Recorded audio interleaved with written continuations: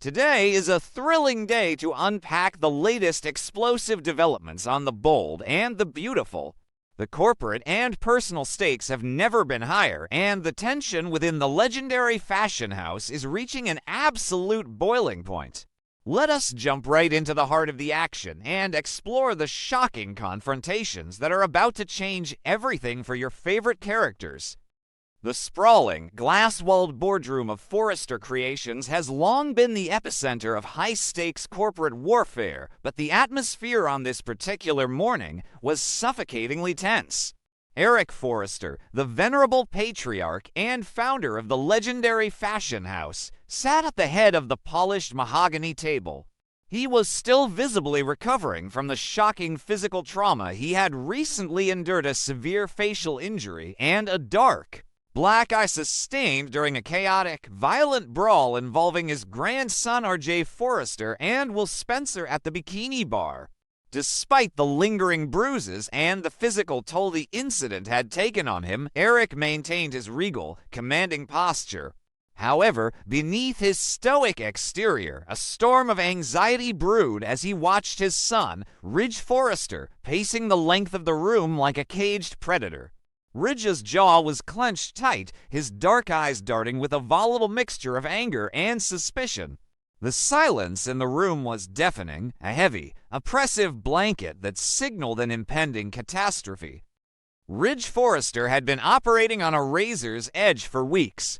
The relentless corporate attacks from Logan Creations, spearheaded by Katie Logan and Bill Spencer, alongside Hope Logan's devastating defection, had already pushed him to the absolute brink.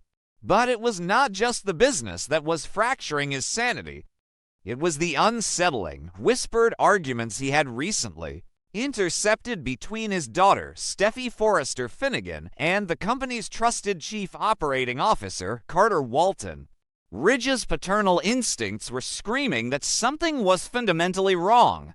He had caught them in a panicked, hushed confrontation, and although Carter had smoothly lied his way out of it by claiming he was merely offering Steffi marital advice regarding her troubled relationship with Finn, Ridge's gut told him a far more sinister truth was being concealed. That lingering doubt had festered, morphing into a toxic paranoia that was about to explode in the most public and destructive manner imaginable. Seated quietly near the center of the table, Carter Walton meticulously reviewed the quarterly financial reports, desperately trying to maintain his signature aura of calm professionalism. Internally, however, Carter was a man drowning in an ocean of guilt and sheer terror. His drunken, passionate affair with Steffi in the CEO office, a catastrophic betrayal born out of mutual heartbreak and the false belief that their respective marriages were over, haunted his every waking moment. He had recently reconciled with his wife, Daphne Rose Walton, who had returned from Paris ready to fight for their marriage, despite her devastating infertility diagnosis, and he was building their fragile reunion on a foundation of devastating lies. Every time Ridge looked in his direction, Carter felt a cold sweat prickle at the back of his neck, terrified that the Forrester patriarch had somehow unearthed the scandalous truth. He adjusted his suit jacket, praying that this board meeting would simply focus on mitigating the PR disaster caused by Hope's departure, completely unaware that he was about to become the primary target of Ridge's volcanic wrath. Without any preamble or customary corporate pleasantries, Ridge abruptly stopped pacing and slammed his hands down onto the mahogany table, the sharp crack echoing like a gunshot through the silent room. He locked his furious gaze directly onto Carter Walton, his voice trembling with a barely contained, venomous rage. He did not care about the optics or the presence of the other executives. His mind was entirely consumed by his protective fury. "You are done, Carter," Ridge announced, the words slicing through the air with lethal precision. "Effective immediately, your employment at Forrester Creations is terminated. You are fired." The sheer suddenness of the declaration sent a shockwave of absolute disbelief rippling through the boardroom. Executives gasped, exchanging bewildered glances, while Carter froze, his blood turning to ice in his veins. For a terrifying, heart-stopping second, Carter's mind raced to the worst possible conclusion. Ridge knew. He knew about the night of drunken passion. He knew about the ultimate betrayal with Steffy. Before Carter could even formulate a coherent response or attempt to defend himself, Ridge continued his aggressive verbal assault, his tone dripping with absolute contempt. This company was built on a foundation of absolute loyalty and trust, Ridge seethed, pointing an accusatory finger at the stunned chief operating officer. For years, we welcomed you into our inner circle. We treated you like blood. But you are no longer loyal to Forrester Creations, and you are certainly no longer loyal to this family. Ridge's accusations were broad but laced with an undeniable, sharp hostility that suggested a much deeper, personal betrayal. He painted Carter as a deceptive manipulator who had abused his privileged position within the company. The sheer intensity of Ridge's vitriol left the room paralyzed as the executive struggled to comprehend how the company's most steadfast, reliable pillar of legal and operational strength was suddenly being cast out like a treacherous enemy. Carter's heart hammered against his ribs like a trapped bird, the deafening thudding echoing in his ears. He swallowed hard, desperately fighting the overwhelming urge to panic. If he broke character now, if he showed even a fraction of the immense guilt consuming his soul, he would confirm Ridge's darkest suspicions. Summoning every ounce of his legal training and professional composure, Carter met Ridge's furious glare with a carefully constructed mask of utter bewilderment. "Ridge, I have no idea what you are talking about," Carter replied, his voice remarkably steady despite the chaotic storm raging within him. "My loyalty to this company and to the Forrester family has never wavered. I have dedicated my life to protecting this legacy. Whatever it is you think I have done, you are gravely mistaken."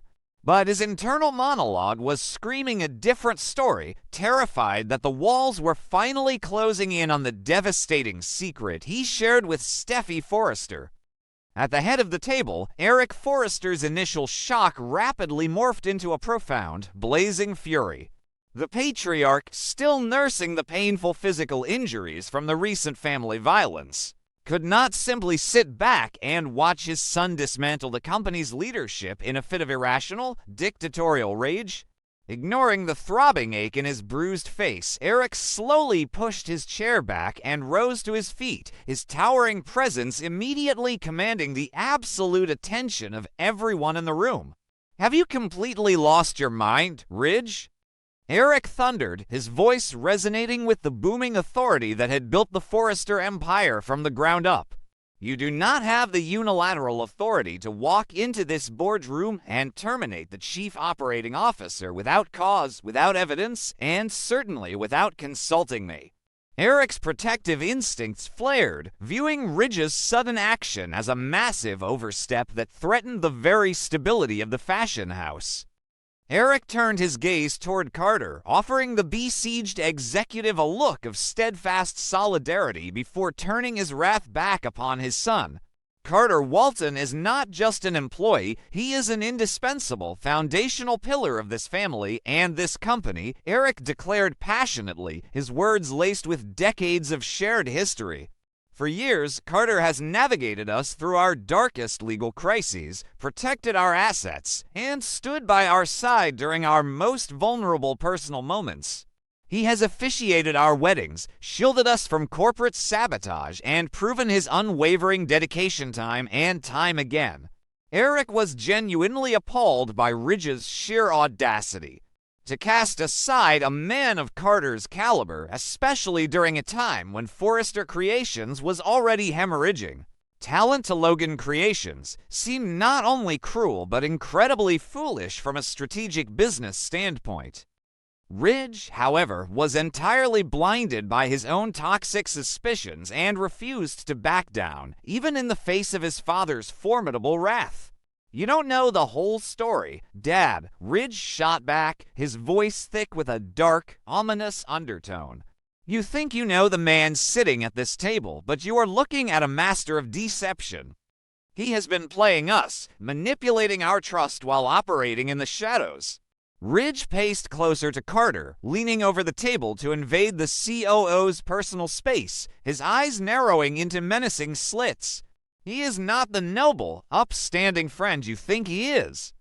There is a sickness, a rot of betrayal hiding behind that expensive suit, and I am cutting it out before it infects this entire family any further. The sheer venom in Ridge's voice was palpable, creating an atmosphere so thick with tension that the other board members scarcely dared to breathe.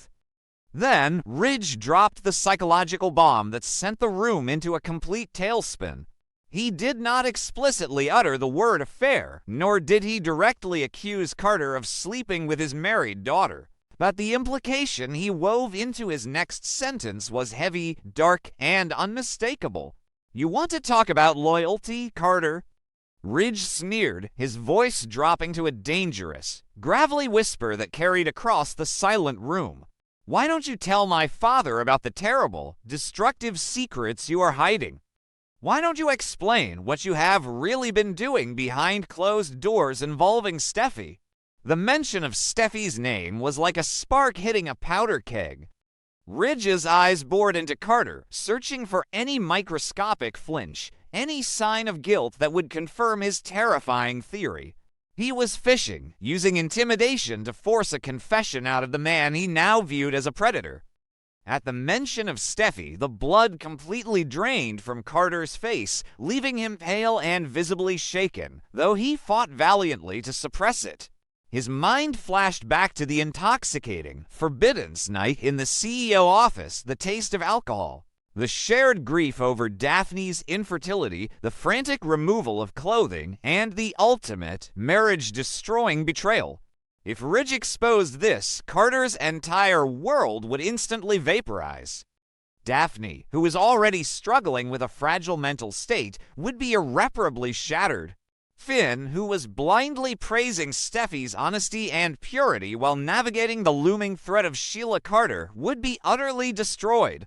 Carter's grip on the edge of the mahogany table tightened until his knuckles turned a stark, ghostly white. He was standing on the precipice of total annihilation, staring down into the abyss of Ridge's furious, probing gaze, praying that his silence would hold. Eric Forrester, possessing decades of experience in reading the volatile emotional currents of his family, instantly sensed that there was a massive, unspoken subtext to this confrontation. He looked from Ridge's flushed, enraged face to Carter's tense, carefully guarded posture. Eric realized with sudden, chilling clarity that this was not a dispute over corporate strategy, financial mismanagement, or business loyalty. This was deeply personal. Ridge was not acting as a rational co-CEO protecting the company's assets. He was acting as a fiercely overprotective, emotionally compromised father who believed his daughter was in some kind of peril. Eric's sharp intuition told him that Ridge was operating on assumptions and paranoia rather than concrete facts, allowing his personal vendettas to dangerously bleed into the professional realm. As Eric analyzed the explosive dynamic unfolding before him, his frustration with Ridge reached an absolute boiling point. Ridge had a long, documented history of making hot-headed, impulsive decisions driven by his volatile emotions, decisions that often left a trail of collateral damage in their wake. Eric thought about Ridge's recent physical assault on Bill Spencer, his hypocritical demands regarding Elektra and Will, and his relentless, obsessive need to control the women in his life. Now, Ridge was turning that same destructive, authoritarian energy toward Carter Walton, willing to sacrifice the company's operational stability on the altar of his own unverified suspicions. Eric knew that if he allowed Ridge to proceed with this baseless termination, it would not only cost Forrester Creations its most brilliant legal mind, but also signal to the entire fashion industry that the company was descending into absolute, unmitigated chaos. Enough of these cryptic accusations and theatrical threats, Ridge. Eric commanded, his voice slicing through his son's menacing tirade. If you have concrete, undeniable proof that Carter has committed a fireable offense, then lay it out on this table right now. Present your evidence to the board. Eric's challenge was a direct, strategic strike aimed at exposing the fragility of Ridge's claims. He stared his son down, waiting for the proof he suspected did not actually exist. But if you are standing here, disrupting this company and slandering a man's impeccable reputation based on nothing more than your own paranoid delusions and personal grudges, I will not tolerate it. We do not terminate our most loyal executives based on vague hints and emotional outbursts. Ridge bristled under his father's sharp reprimand, his frustration compounding as he realized he was being backed into a corner. He couldn't explicitly state that he suspected Carter of sleeping with Steffy, not without absolute proof, and certainly not in front of the entire board of directors. To air such a scandalous, devastating accusation publicly would humiliate Steffy, destroy her fragile marriage to Finn, and create a public relations nightmare that would eclipse even Hope's defection to Logan Creations. Ridge was trapped by his own lack of hard evidence, forced to rely on his gut instinct, which was currently being dismantled by Eric's demand for objective facts. You are making a massive mistake, Dad, Ridge warned, his voice shaking with suppressed fury. You are blinding yourself to the snake in our grass. I am trying to protect Steffy. I am trying to protect us. But Eric had heard enough. The patriarch drew himself up to his full height, his presence radiating an immovable, absolute authority that reminded everyone in the room exactly who had built the Forrester empire from the ground up. The only mistake being made here today is your blatant, reckless abuse of power, Ridge, Eric declared, his tone leaving absolutely no room for debate or negotiation. As the founder and patriarch of Forrester Creations, I possess the ultimate executive authority within these walls. And I am officially invoking my veto power. The words hung in the air, a definitive, crushing blow to Ridge's authoritarian power grab. Eric was drawing a hard line in the sand, publicly undermining his son to protect the integrity of the company and the man he believed was being unjustly persecuted. Eric turned his steely gaze back to Carter, offering a nod of absolute reassurance before addressing the rest of the stunned board. Carter Walton is not going anywhere. His position as Chief Operating Officer remains secure, and his employment will continue without interruption. I will keep him at this company at all costs, and I will not allow personal vendettas to dictate our corporate structure. Eric's declaration was absolute, a protective shield thrown over Carter that Ridge could not legally pierce. The rift between the father and son deepened instantly, a massive, jagged chasm opening up right in the middle of the boardroom. Ridge stared at his father, his eyes burning with a mixture of betrayal and furious disbelief, realizing that his attempt to purge the perceived threat had spectacularly failed. The boardroom descended into a chilling, suffocating silence, marking the beginning of a bitter Cold War between Eric and Ridge. Ridge abruptly turned on his heel and stormed out of the glass-walled room, the heavy door slamming shut behind him with a finality that echoed ominously. Left behind in the wake of the confrontation, Carter Walton released a slow, shaky breath, the crushing weight of the moment pressing down on his chest. Eric had saved his career, shielding him from Ridge's immediate wrath, but Carter knew this was merely a temporary reprieve. Ridge's suspicions were now fully ignited, and he would not rest until he unearthed the terrifying truth. The ticking time bomb of Carter and Steffy's drunken, passionate affair remained armed and incredibly dangerous. As Carter looked at Eric, gratitude warring with immense, suffocating guilt, he realized that when the dark secret finally exploded, the collateral damage would not only destroy his marriage to Daphne and Steffy's marriage to Finn, but it would completely obliterate the very man who had just risked everything to save him.